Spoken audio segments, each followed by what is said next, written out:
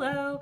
So if you clicked on this video, you already know that it is going to be my mid-year freakout tag. I am a little bit late with it, as usual, with everything on this channel. I'm a little bit late, but it is just 13 questions. It should be a quick little video and a chance to talk about some of the books that I have loved this year, as well as a couple that have not really been my favorite. So let's just get right into it. I'll have all the questions down in the description if you want to do this tag and you haven't yet. Again, I know I'm late, so if you wanted to, you probably already have, but let's just get into it.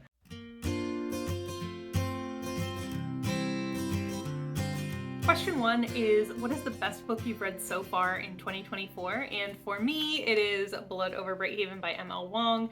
If you saw my quarter 2 wrap up, you've already heard me talk about this book fairly extensively, I feel like, but I absolutely love this book. This is a dark academia kind of set in like an industrial city that's fairly self-contained. It's a standalone fantasy, which first of all, points for that because we do not get enough really good, like solid standalone fantasy. But yeah, it is very self-contained, both the book and the city. But we are in a city called Tiran, and we are following a high mage named Sayana. She is actually the first female high mage ever in this city of Tiran.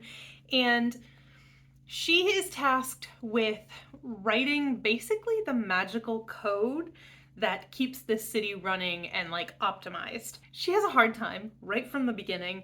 None of her colleagues want her to be there. None of them appreciate a woman in their midst. And this book, I've said before, basically just like encapsulates the female experience. And like all of these men just think they're so much better than her because they're men, and they don't want to admit the fact that she is actually really good at what she does, and that's why she ended up there in the first place. And they do everything they can to sabotage her and hold her back, including giving her a janitor instead of a lab assistant. Like a janitor as her lab assistant instead of a qualified lab assistant. But little do they know that that janitor will change the course of Sayana's whole destiny, basically. So this book is amazing. If you have not read it, I highly recommend you do. I don't know if you can get a copy right now because it was picked up recently by a publisher and it is being published in October. Next is the best sequel that you've read so far this year, and I've read quite a few sequels, but none of them were really standout. And in order to get this one, I had to go all the way back to January, and that is Lord of the Rings: The Return of the King. I finished off this trilogy pretty much first thing this year, and nothing has really compared to it in terms of sequels that I've read. I loved this series, and I can't really say I can't say too much about it. I don't need to really say too much about it because it is such a beloved series, and it pretty much has everything. So what's not to love? If you don't know what Lord of the Rings is, I probably cannot give you a great synopsis, so you're probably better off going elsewhere. But basically, it is an epic fantasy series, good versus evil, battles, friends, found family. It has everything. And if for some reason you have not either seen the movies or read the book, Lord of the Rings, get on it. So good. Number 3 is a new release that you have not yet read, but you want to. I put Heartless Hunter, which is the first book in the Crimson Moth series by Kristen Ciccarelli. I don't know too much about this except that it is a enemies to lovers book between a witch and a witch hunter. So sort of reminiscent of Serpent and Dove, but I've heard that this is much better than Serpent and Dove, so I do want to read that. I believe it came out in February, and it's not like a high priority, but I feel like all the other new releases that I was really excited about, I've at least picked up. So that is my answer for that one. Number 4 is your most anticipated releases for the second half of the year. And as a fantasy reader, I feel like I am obligated to say Wind and Truth by Brandon Sanderson, which is the 5th book in the Stormlight Archive series. Although, to be transparent, I have not read Rhythm of War yet. I read half of it, and then I think it got returned to the library, and then I just never finished it. So I need to finish Rhythm of War, which will come up later in this tag, actually. But I am super excited for Wind and Truth to come out because that finishes off the first half, like the first story arc of Stormlight Archive. Stormlight Archive is going to be 10 books total, I believe, and it is broken up into 2 5-book arcs. So that will be like the perfect thing, is if I can finish Rhythm of War and then go straight into Wind and Truth and then just be done with that story arc. It'll be like a nice stopping point, but we'll see. And then the other one, of course, I've already talked about is Blood Over Brighthaven by M.L. Wong. This is coming out. I already pre-ordered the first edition, beautiful, like, special edition release of this book, so I will have 2 copies of it, which I don't have 2 copies of very many books at all. I'm not really like a collector necessarily of like special editions and stuff, but I love this book so much that I just want a beautiful copy of it. The next one is the biggest disappointment so far this year, and for me, I haven't really had a ton of disappointing books. But the one that stands out for me is Wayward by Amelia Hart. This was sold to me as like a witchy, woodsy, you know, vibe type book, and I didn't really get the nature witchy vibes that I wanted out of it.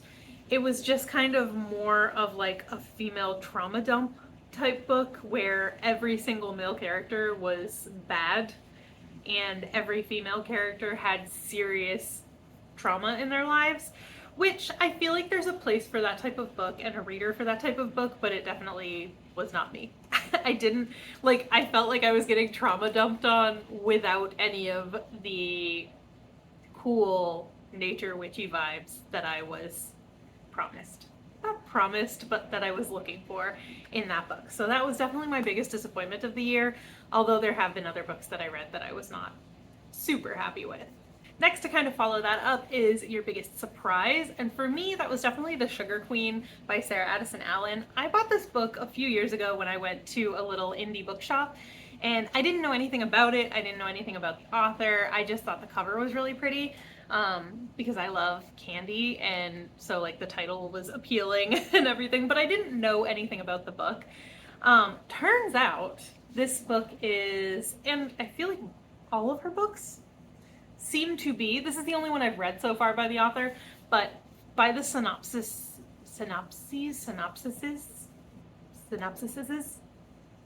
and the knowledge that I have of this book now, they all seem to contain magical realism, but I don't like magical realism. So once I realized that that's what this is, and you kind of can tell by the back, but I think I just wasn't really, when I first read the back of the book, I wasn't necessarily taking it in, I guess. But it is magical realism. That's not something that I normally love, so I wasn't really anticipating enjoying this book as much as I did. It wasn't a 5-star, but I did feel compelled to pick up more by the author after I read this because I enjoyed it so much. And I actually just got a book by this author out of the library this week, so I will definitely be reading more by Sarah Addison Allen despite the magical realism. And as far as this book is concerned, you're following, who is it? Josie. She is a grown adult woman who lives in the South, and she lives at home with her mother, and she has to sneak candy and like snack food and eat it in her closet because her mother does not approve. Until one day, she had a rough day, she went into her closet to have a snack to chill out, and she finds a person in there. And it kind of goes from there. I really love this book, and if you like magical realism, like if that's something you're normally drawn to, I think you should definitely check out this book. And if you don't like magical realism, but you like kind of warm stories that are not necessarily lighthearted, I would say, it was good. I don't know. Sarah Addison Allen's writing is just really, really good. I enjoyed it. Next is favorite new author or favorite new to you author. And I have 2. One, you've already seen a bunch of times, M.L. Wong. She only has one other book out, The Sword of Kaigen, but I am super excited to pick that up because I enjoyed this one so much. I really like her writing style, and I'm excited. I want to pick up more by the author, so I will definitely be picking that up. And then I'm also, depending on how that one goes, of course, it is hard to say it's a favorite new author when you've only read one book by them. But depending on how the next book goes, I would definitely be willing to pick up anything that this author puts out because I enjoyed this book so much. And the other one is John Gwyn. I have read Malice and I have since started Valor. And I really like the storytelling style. It's not necessarily the writing, because the writing is very kind of, I almost want to be like, it's written like this happened, then this happened, then this happened, but then why would it be a favorite author? Like, something about the writing is engaging to me, or I would not have really, like, I would not have rated this book 5 stars. So I'm not really sure. So I figured when I started this that I wouldn't necessarily love it as much as I did, but now John Gwyn is another author, like, even after just reading one and part of another book that he's written, I would definitely pick up anything by the author, which is good because he has a huge backlist that I can check out. Next is Newest Fictional Crush, and I am approaching middle age, so I don't necessarily get fictional crushes at this point in my life, but if I had to pick one, it's more of like a favorite character, but it is a male character, so I'm just gonna put it under fictional crush, and that is Rain from The Serpent and the Wings of Night. I finished that book recently, and he is just like my favorite character. He fits my favorite like character archetype or stereotype, or however you want to say it, like the character that you put in your book that makes me love your book no matter what is Rain. So we're gonna say that he is my newest fictional crush, even though it's not necessarily like that. I just love him and I love the book. So that's the answer for that one. Newest favorite character, as far as that goes, I'm gonna say Corbin and Storm. Not one or the other, but them as a duo, I just really loved for some reason. That seems to be the general consensus about this book, is that everybody loves Corbin and Storm. Corbin was by far my favorite perspective in this story, and the scenes that involved Storm just like took it up even more for me, because I am a, you know, dog girl now. He's right there, he's chilling. So basically anything that involves a dog or a wolf or anything like that, obviously I'm gonna love it. Okay, next is a book that made me cry. I swear I'm not trying to use the same books for every single answer, but like there were definite standouts this year. I would say for this one, I wrote down Malice, honestly. No book has actually made me cry this year, but when I was writing my notes, I wrote Malice, but I could also say the same for Blood Over Brighthaven and Anxious People by Frederick Bachman. These books were all 5 stars, and they all kind of touched me in like a certain way during the reading process, where if it had been a certain time of the month, let's say, when I was reading those particular parts of the books, I could have been sobbing, but I didn't actually cry reading any of these books, but I could, like I said, I could definitely see myself shedding a tear over those books. Conversely, a book that made me happy, I'm going to say Funny Story by Emily Henry. I skipped right over Happy Place. I didn't read that one yet, but Funny Story, I absolutely love this book. I listened to it on audio, even though I bought the physical and then I listened to it on audio. But every time I listened to this, I just had a good time. It made me happy. The book makes me happy. The cover makes me happy. The fact that the hardcover is pink makes me happy. So in every sense of the word, this book just made me happy. So that is the answer for this one. And in this book, if you don't know what this is, it is a contemporary romance where you are following Daphne and Miles. This book opens up with Daphne's fiance coming back from his bachelor party and telling her that he's actually in love with his best friend, and basically, get out of the house, I own the house, she's moving in, you're moving out, and you gotta go. And she ends up moving in with the now ex-boyfriend of his best friend, who he is now in love with. And it just goes from there. It's a fun kind of like forced proximity, fake dating type of story, and I just had a really good time with it. It made me happy. Number 12 is the most beautiful book you've bought so far this year, and for this, it's a little bit of a cheat. I don't have it yet, but again, I am mentioning Blood Over Brighthaven, the special edition, first edition release, looks like it's going to be gorgeous. So I'm just going to use that for this answer because I haven't really bought any like beautiful books this year other than that one. I did already pre-order it, so I'm gonna say it counts. And lastly, number 13 is what books do you need to read by the end of the year? And I already briefly touched on this, but I need to read Rhythm of War. And I want to do it by the end of the year so that I can read Wind and Truth when it comes out.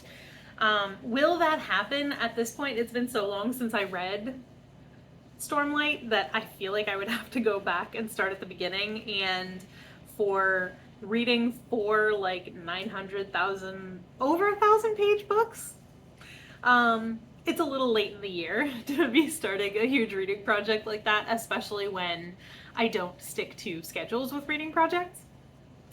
So I don't know if that's gonna happen. I mean, I guess I could technically read like a summary of the first few and then go back into Rhythm of War and just start that one from the beginning, but I don't know. We'll see what happens, but I definitely need to read Rhythm of War by the end of the year.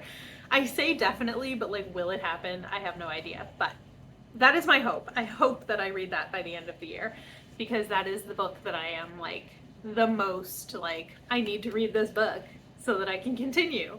But I mean, other books that I want to read by the end of the year, I want to continue The Faithful and the Fallen. So that would be Valor, Ruin, and Wrath. Again, 3 huge books. There's no way I'm gonna read them all by the end of the year unless I get like super sucked in and don't read anything else. I want to read, I don't know what it's called, the second book in the Crowns of Nyaxia or whatever it's called, that duet, The Serpent and the Wings of Night.